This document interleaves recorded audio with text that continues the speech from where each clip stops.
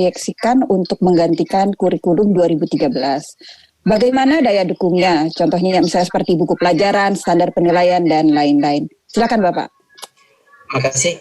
Ya, intinya opsi-opsi itu belum posisinya yang saat ini bukan untuk menggantikan, tapi sebagai opsional kurikulum yang digunakan, terdiferensiasi, diversifikasi. Jadi kemungkinan bisa jadi nanti kurikulum 2013 beriringan dengan kurikulum yang sekolah penggerak ini, sehingga penentuan pengambilan mana yang digunakan itu berada di satuan pendidikan. Daya dukungnya saat ini bukunya sudah siap, sudah mulai masuk proses pelelangan, kalau tidak salah sudah mulai masuk ya. Bukunya sudah jadi, intinya sudah siap juga. Nah, penilaiannya dan lain-lain mungkin nanti kalau terkait penilaian mungkin dan pembelajaran nanti di sesi kedua Bu Susan mungkin akan mengeksplor lebih lanjut terkait. Tapi kalau untuk buku kalau sudah siap, sudah jadi daminya dan sudah mulai mau proses pelelangan. Oke, siap. Kemudian, terima kasih Pak Yodi. Untuk pertanyaan berikutnya dari Ibu Airosilah dari P4TK IPA, bagaimana implementasi pembelajaran dan asesmen di satuan pendidikan di kelas, baik secara dokumen maupun praktiknya di kelas? Kalau yang ini, kalau saya sih lebih baik mungkin Bu Susan yang jawab. Oke, siap, baik. Oke. Pembelajaran asesmen. Lebih cocok di sana ya. Kedua ya. Baik.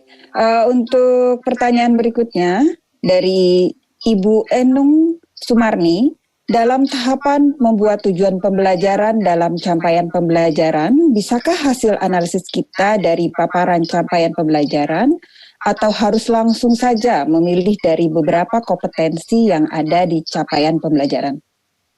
Silakan Bapak Ibu untuk ya, makasih. Sebenarnya ini konteksnya pas juga yang dikerjakan usulan. Intinya kan kita menentukan capaian pembelajaran, tujuan itu satuan pendidikan yang mengembangkan. Nah, nanti mungkin lebih tepat nanti di sesi kedua biar utuh di bagian ini, karena perlu dijelaskan apa itu dulu mulai dari capaian ke tujuan dan ke modul ajar di mungkin Pak Bu Susan nanti memaparkan. Oke, baik. Untuk pertanyaan selanjutnya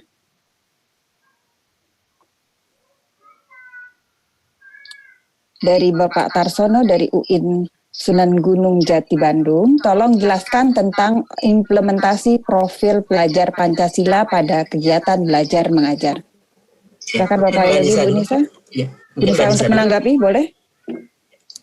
Kalau konkretnya tentu nanti di pembelajaran dan assessment, tetapi kalau secara konsep dalam kerangka kurikulum itu tadi masuk dalam struktur ya, jadi dalam struktur itu ada dua bagian, ada pembelajaran intrakurikuler atau yang reguler, yang ada jadwal pelajarannya gitu ya, ada mata pelajarannya, dan kemudian bagian keduanya adalah tentang project gitu ya, pembelajaran melalui project untuk penguatan pencapaian profil pelajar Pancasila. Nah, saya tidak akan menjelaskan detail di sini, pasti waktunya nggak cukup, tapi project ini dikembangkan berdasarkan 7 tema yang ditetapkan oleh pusat. Sekolah memilih tema, tadi Mas Yogi juga sudah menyampaikan ada 2 tema sampai 3 tema ya yang bisa dipilih sekolah untuk 1 tahun. Kemudian menyelenggarakan pembelajaran berbasis project. Kenapa kita pakai model project yang di luar dari mata pelajaran, tidak terikat dengan mata pelajaran?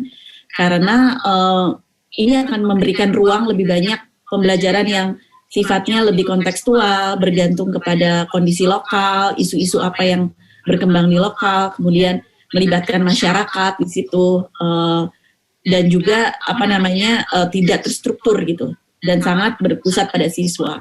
Dan pembelajaran yang demikian berdasarkan kajian yang dilakukan itu banyak sekali berperan dalam mengembangkan si dimensi-dimensi profil pelajar Pancasila tersebut.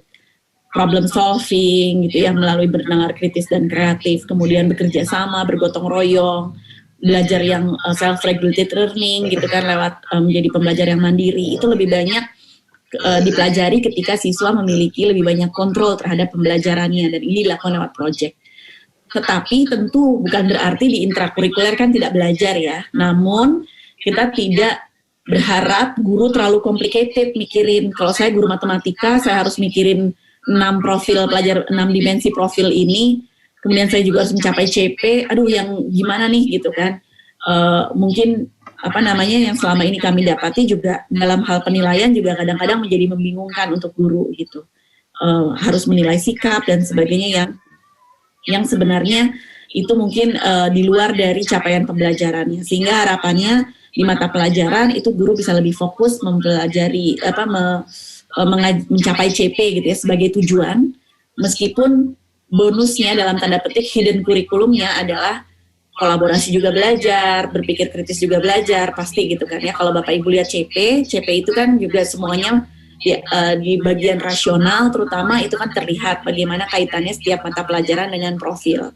Jadi di intrakurikuler dipelajari dan di project juga ada gitu. Dan tidak lupa juga tentu dari lingkungan belajar gitu. Karena lingkungan sekolah itu ya bagaimana relasi antar siswa, tentang perundungan dan sebagainya, itu juga sangat erat kaitannya dengan profil pelajar Pancasila. Relasi guru dan siswa, bagaimana guru berkomunikasi dengan siswa, itu juga bagian dari pengembangan profil pelajar Pancasila. Kira-kira ringkasnya seperti itu. Terima kasih.